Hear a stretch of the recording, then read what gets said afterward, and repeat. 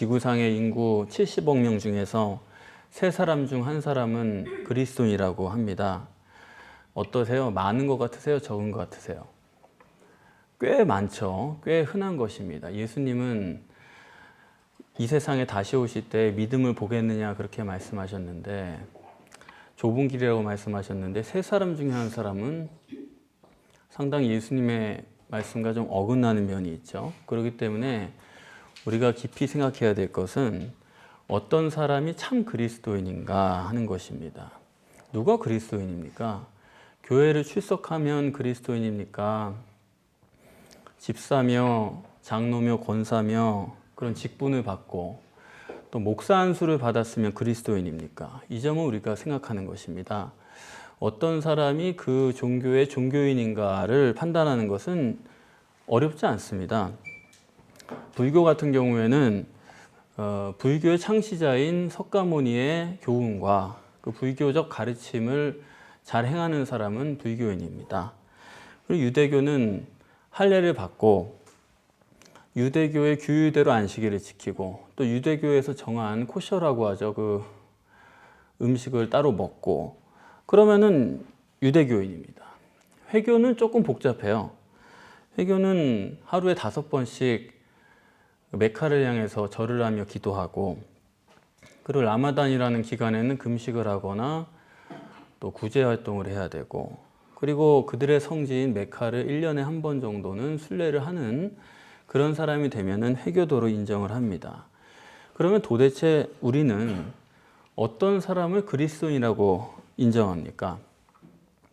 본문의 예수님 말씀대로라고 한다면은 하나님 뜻대로 하는 자가 그리스도인이다 이렇게 말씀하고 있습니다. 그런데 하나님 뜻대로 한다, 이 말이 참 어려워요. 주의 성수를 하면 그리스도인이라든가 헌금을 한다든가 이런 식으로 말씀하시면 쉬울 텐데, 하나님 뜻대로 해야 된다, 이건 여간 어려운 얘기가 아닙니다. 우선 이렇게 말씀하신 의도는 자기 뜻대로 하면 안 된다, 그걸 말씀하는 것 아니겠습니까? 인간적인 생각대로 행해서는 그건 그리스도인이 아니다, 이건 1차적으로 그런 말씀입니다. 그러나 또 다르게 요약하면은 하나님의 뜻이라는 게 결국 크게 보면은 육신과 세상을 위해서 사는 사람은 그리스도인이 아니다, 그렇게 말하면 맞을 것입니다. 하나님 뜻대로 한다는 것은 육신 사후에 천국에서의 영생을 누리기 위한 삶을 여기서 사는 사람, 이 땅에 우리가 발에 붙이고 살지만은 내 영혼의 구원을 위해서 이 육신의 삶을 사는 사람, 그것이 하나님 뜻대로 사는 사람이다, 그렇게 우리는 정의를 내릴 수가 있습니다.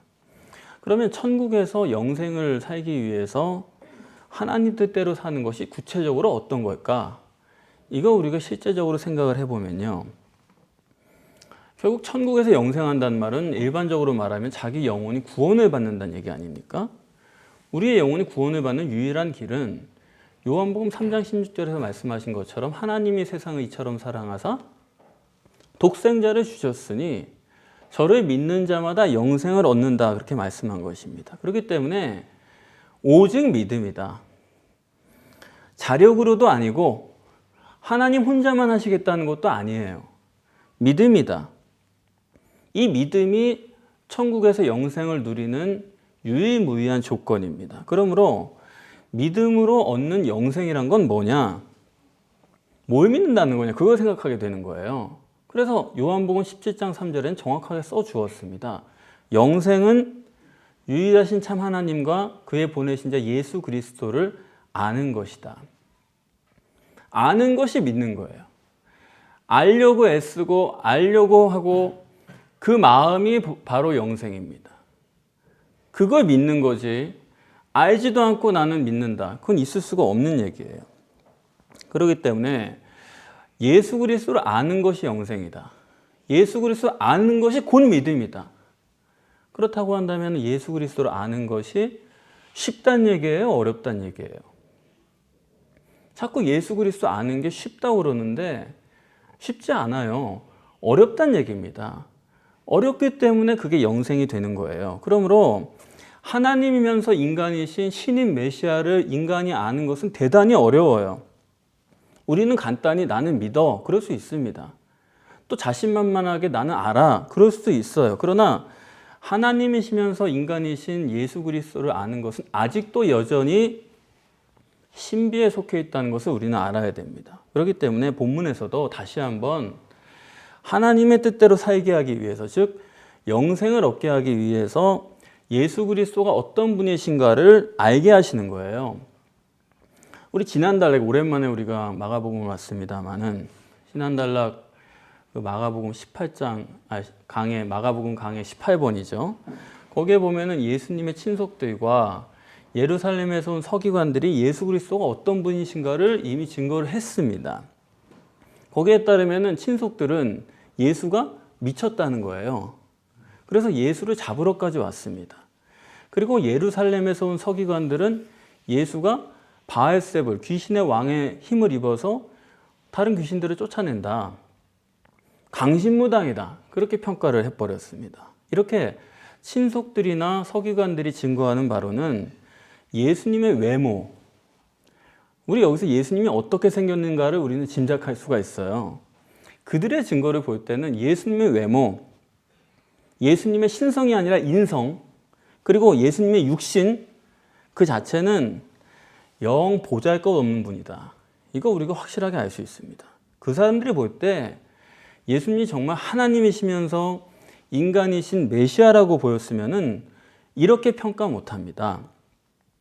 아무리 봐도 저 사람은 하나님이시면서 인간일 수가 없는 그런 사람이에요. 그렇게 보여요. 그런 사람에게서 초능력이 나타나고 또 그동안 못 들어보던 얘기를 듣고 그러니까 신속들은 미쳤구나 그렇게 얘기를 하는 거고, 서기관들은 강신무당이다 그래 버리고 마는 것입니다. 여러분, 강신무당, 무당이라고 할 때 여러분들 그분이 뭐 신분이 좋아 보입니까? 인상이 좋아 보입니까? 그렇지 않잖아요. 침례 요한은 나는 메시아가 아니다라고 공공연히 유대인들에게 말했는데 불구하고 유대인들은 자꾸 메시아라는 거예요. 또 침례 요한은 기적을 행한 적이 한 번도 없습니다. 그런데도 사람들이 자꾸 침례 요한은 메시아 같다는 거예요. 왜 그랬습니까? 여기서 또 우리는 아는 거예요. 침례 요한이 어떻게 생겼는지. 침례 요한의 인성, 그의 외모, 그의 육신, 그리고 그의 스타일도 알잖아요. 우리가 어떻게 옷 입었는지. 그 라이프 스타일까지. 그는 어디까지나 위대한 인물이었기 때문에 사람들이 정말 메시아 같다라고 본 것입니다. 그러나 예수님은 그 육신, 외모, 그 말투, 그 행동, 그런 모습들, 이런 거 하나하나가 다 시원치 않아요. 메시아로 보이지 않았다 이겁니다. 인정할 수가 없어요. 오늘 본문도 예수님의 모친 동생들이 가족으로도 이 점을 어느 정도 증거를 하고 있습니다. 우선 예수님의 직계 가족들은 예수님을 미친 걸로는 보지 않았어요. 지난달락과 마찬가지로 예수님이 지금 집안에 계시는데 무리들에게 둘러싸여 있거든요. 집안에 계셨어요. 그래서 가족들이 다른 사람을 시켜가지고 예수님을 불러낸 거예요. 친속들이 예수님을 잡으러 온 것과는 좀 차이가 나죠. 친속들은 그냥 쳐들어와가지고 끌어내려고 한 거잖아요. 그런데 직계가족은 사람을 보내서 예수님을 불렀다는 거예요. 무슨 얘기냐? 불렀다고 하는 건 그거는 부름에 응답할 자격이 있는 사람으로 봤다는 얘기 아닙니까? 그래서 예수님이랑 가장 가까운 직계로서의 모친과 동생들이 볼 때는 귀신 들렸다거나 미쳤다거나 그런 것이 아니고 예수는 평소와 다름이 없다. 딱 봐도 같은 거예요. 그게 불렀다는 거예요. 미쳤다 그러면 제일 먼저 뛰어들어가서 끌어내야 될 게 가족들 아니겠습니까? 그러나 이 사람들은 문 밖에서 예수님을 부르고 있는 거예요. 대화를 하겠다는 거죠.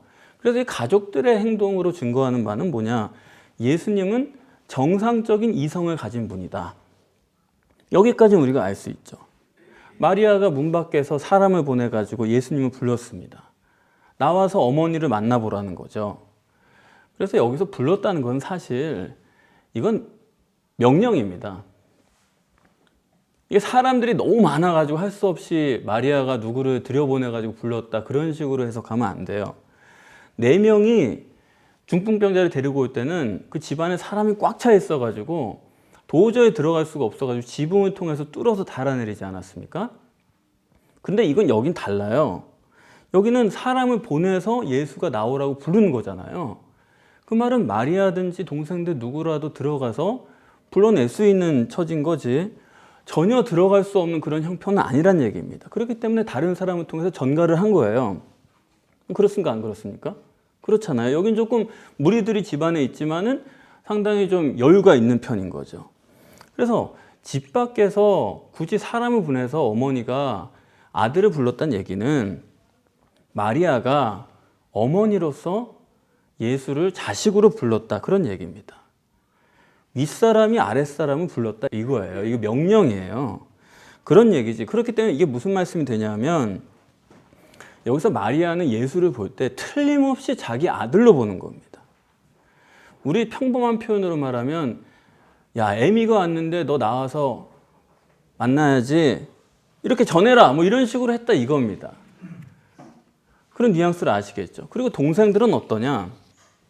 동생들도 지금 밖에 마리아랑 같이 있잖아요. 동생들이 밖에 같이 있다는 얘기는 뭐냐면 동생들도 동격이다 이거예요. 동생들도 마리아와 동격이고 예수와도 동등하다 이런 얘기예요. 동생들이 예수보다 낮은 인물들이라고 하면은 자기들이 직접 들어가서 천주교식으로 말하면은 성자시여 밖에 성모께서 기다리고 계십니다. 뭐 이런 식으로 얘기해야 될 거 아닙니까? 그런데 떡하니 마리아랑 같이 기다려요.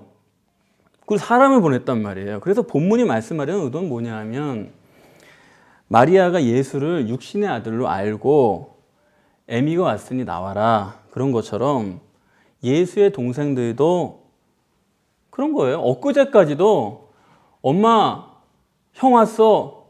형 엄마 밥 먹으래 뭐 이러던 사이예요. 형 저 아랫 동네에서 뭐 목수일 있대던데 형 오래는데 형 빨리 가봐 뭐 이러던 사이예요. 그러니까 아무렇지 않게 밖에 서가지고 형 빨리 와 나와 부르는 거죠. 본문이 증거하는 것은 예수의 동생들은 육신의 예수님과 동등한 육체의 형제다. 그렇죠. 형제간에 동등하죠. 뭐 위아래가 얼마나 있겠습니까? 그래서 예수님의 인성이란 거는 마리아나 동생들이나 같아요. 또 저나 여러분이나 예수님의 인성은요 다 같습니다. 똑같은 우리가 육신을 가진 인간이지 여기서 지금 말하고자 하는 건 성자 하나님은 아니란 얘기예요. 누구도 예수를 성자로 보지 않습니다.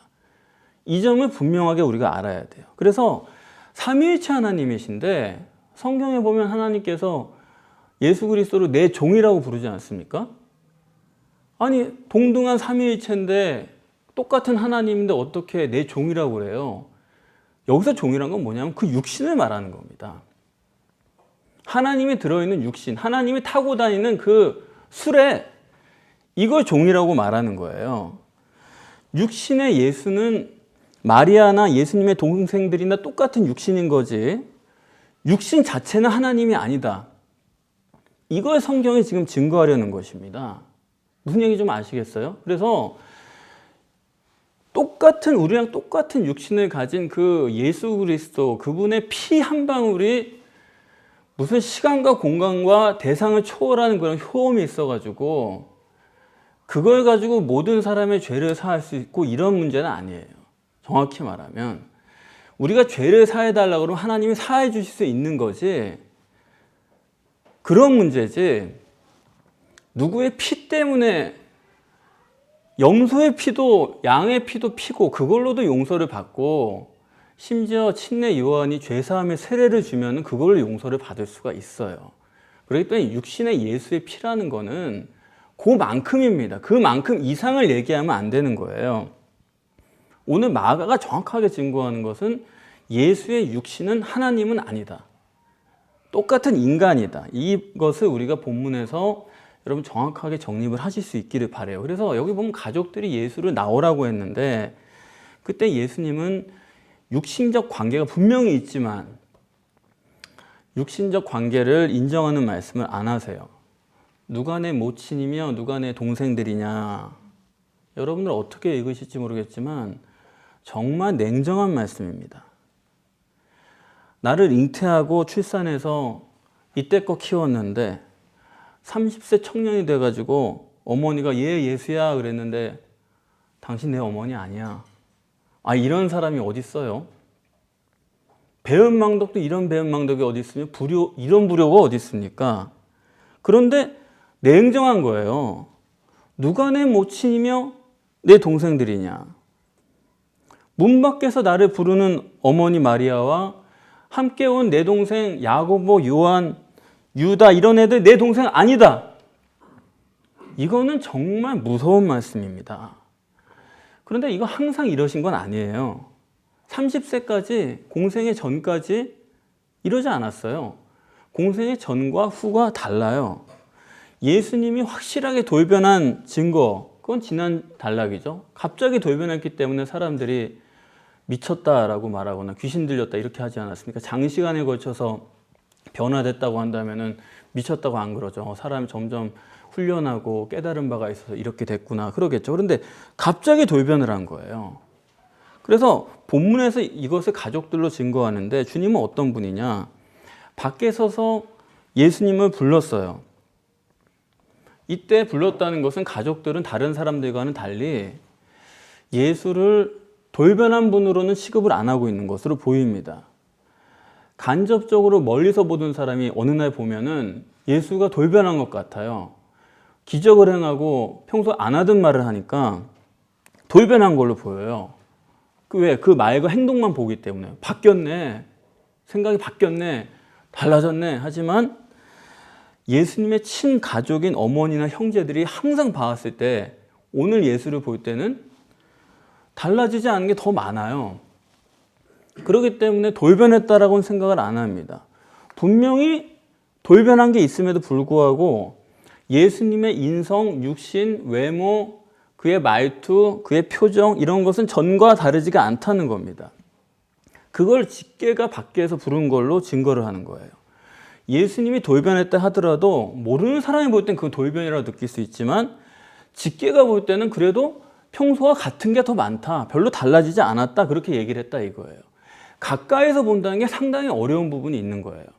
가룟 유다가 예수를 판 것은 예수가 메시아 같아서입니까? 예수가 메시아 같지 않아서입니까? 예수가 메시아 같지 않기 때문이에요.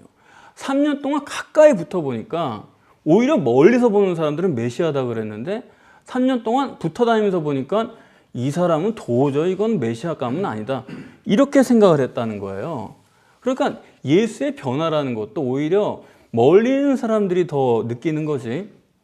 가까이 있는 사람은 그것보다는 아는 게 더 많기 때문에 익숙한 게 더 많기 때문에 변화된 부분들을 파악하지 못하는 것입니다. 그래서 본문이 증거하는 것은 예수님이 침례 요한의 세례를 받으면서 공생애를 시작하셨는데 그때 예수님에게 성령이 임하셨거든요. 그때부터 예수님이 돌변했습니다.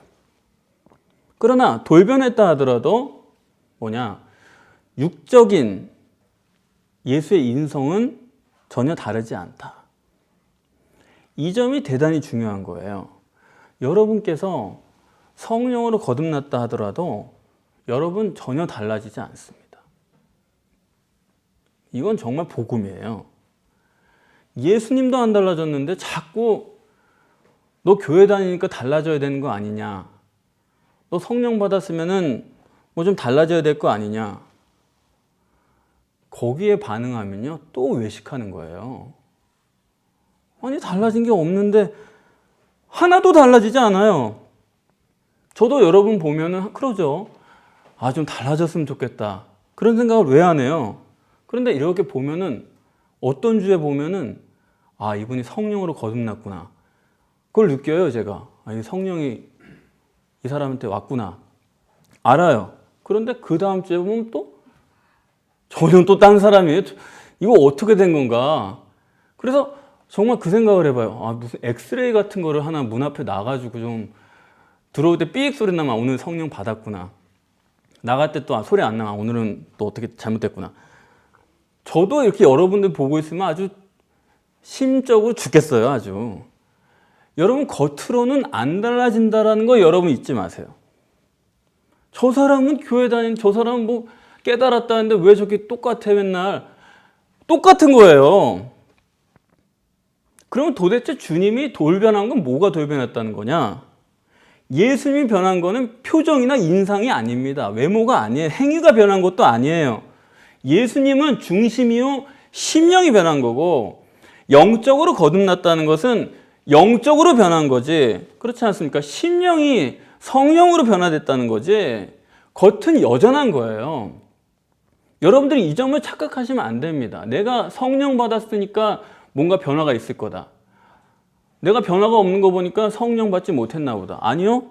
그렇게 깨달을 수 있는 게 아니다 이거예요. 그래서 하나님이면서 인간이신 예수 그리스도는 어떤 분이냐면, 겉으로는 누가 봐도 똑같은 인간이고 속은 겉으로 봐서는 알 수 없는 하나님이다. 속사람이 하나님이다. 그런 거지. 육신 자체가, 행동 자체가 메시아고 그런 단일체고 그렇지 않다는 얘기입니다. 그러면서 이제 본문에서 하고자 하는 얘기는 이 가족론이에요. 여기 보면 가족이 둘이라는 거 아닙니까? 첫 번째 가족은 돌변하기 전의 가족. 이건 육신의 가족, 혈연이죠. 마리아나 동생들은 육신의 혈연으로 알고 예수를 불러낸 거죠. 그거지 그 이상도 그 이하도 아니에요. 그러나 예수님은 이런 육신의 가족은 가족이 아니다, 이렇게 말씀을 하시는 거예요. 그리고 두 번째는 돌변한 후의 가족입니다. 거기 둘러앉아 있던 사람들에게 내 가족이다. 돌변한 후의 가족은 영적인 가족이고 하나님 예수의 가족이고, 이 두 가족론으로 복음을 정립하는 것입니다. 그러면서 누가 내 모친이며 내 동생인가? 35절에는 더해요. 누가 내 형제요 자매요? 모친은 뒤로 뺐습니다. 맨 뒤에요. 하나님에게 모친이 어디 있어요? 중요한 거 맨 뒤로 빼버렸습니다. 이건 대단히 중요한 예수님의 정립입니다. 지금 돌변한 후에 예수님은 하나님의 가족이요, 영적 가족, 그것만 보이는 거예요. 그래서 제가 보기에는 본문처럼 육신 부인을 강조한 본문은 없는 것 같아요. 그렇지 않습니까? 여러분, 이 세상에서 가장 자기를 부인하기 어려운 사람이 누군지 아세요? 마리아예요. 마리아 이상은 없습니다. 동생들도 거의 불가능하지만은, 여러분 정직하게 한번 생각을 해보세요. 여러분이 지금껏 복음이라고, 내가 진리라고 생각했던 것들이 물론 있어요, 사람들이. 그런데 그게 어디서부터 왔냐? 유대교 1500년을 했는데 예수님이 오셔서 아니라는 겁니다. 그렇기 때문에 예수가 죽은 거예요. 1500년 동안 진리라고 믿고 따랐는데 그거 안 된다는 거예요. 그래야 기독교가 된 건데, 그리고 천주교가 1500년을 했는데 그것도 아니라는 거예요. 종교개혁을 한 겁니다. 벌써 3000년이 흘렀어요. 그리고 종교개혁 이후에 500년이 지난 겁니다. 그리고 그 중에 한국이라고 하는 맨 끄트머리에, 복음의 역사의 맨 끄트머리에 어떤 한 교회에서 뭐 20년, 30년, 거기서 안 우리가 복음 정립이란 게, 글쎄요. 그러니까 수많은 부정을 통해서 여기까지 온 거고, 그렇지 않습니까? 그러면 그렇게 많은 부정과, 그리고 그나마 그 맨 마지막 끄트머리에 한 교회를 경험하고 우리가 그걸 복음이라고 놓지 못하는 그것도 자기 부인이 참 얼마나 어려운 건지 보여주는 거죠. 아니, 우리가 예수님의 그 어머니도 아니고 마리아도 아니고 그거 복음이라고 잠깐 한 거 가지고, 잠깐 신앙생활 한 것 가지고 그 방식을 놓지 못해 가지고, 그렇게 보면 여기 마리아는 어때요? 분명히 자기가 성령으로 잉태해서 출산해서 젖먹이고 키웠습니다. 그런 아들을 어느 날 하나님으로 인정한다? 이거 말이 안 돼요. 하나님이라고 볼 수가 없어요. 마리아가 깨진다는 게 얼마나 불가능하냐. 예수님께서 십자가에 매달릴 때 하나님은 마리아를 그 앞에 세워놓으신 것입니다. 그렇게 안 하면요, 마리아는 절대 깨질 수가 없는 거예요. 우리가 일반적으로 생각할 땐 마리아는 예수를 성령으로 잉태해가지고 낳았으니까 저 분명히 하나님이라고 알 거다. 안 그래요. 인간은 아담으로서는 가시적인 결과가 절대이기 때문에 30년 동안 목수로 사는데요. 무슨 메시아예요, 그 사람이? 인정할 수가 없는 겁니다. 그러니까 오늘 이런 기적을 행하고 사람들이 따르고 이래도 마리아는 밖에서 얘 나와라 이러는 거예요. 하나님으로 인정하는 거 불가능입니다. 또 예수의 동생들 어땠겠어요? 자라면서 동생들이 형하고 얼마나 싸웠겠어요? 저희는 딸들인데도 신기할 정도로 싸워요. 하여튼 막 어떻게 여자애들이 그렇지? 아니 동생들이 예수님하고 얼마나 싸우고 컸겠어요. 그러다가 며칠 전만 하더라도 형 저 아랫집에 뭐 식탁이 부러졌다는데 형 오래. 그러면은 그래? 너도 같이 가자야. 맨날 그러던 사이예요. 그런 사람이 어느 날 갑자기 하나님이라는 거예요. 가능합니까? 우리는 성경이니까 그런가 보다 있죠. 불가능한 거예요. 육신부인이라는 거는 이렇게 어려운 거예요. 어떤 분이 전에 저한테 어떻게 하면 사람이 깨집니까?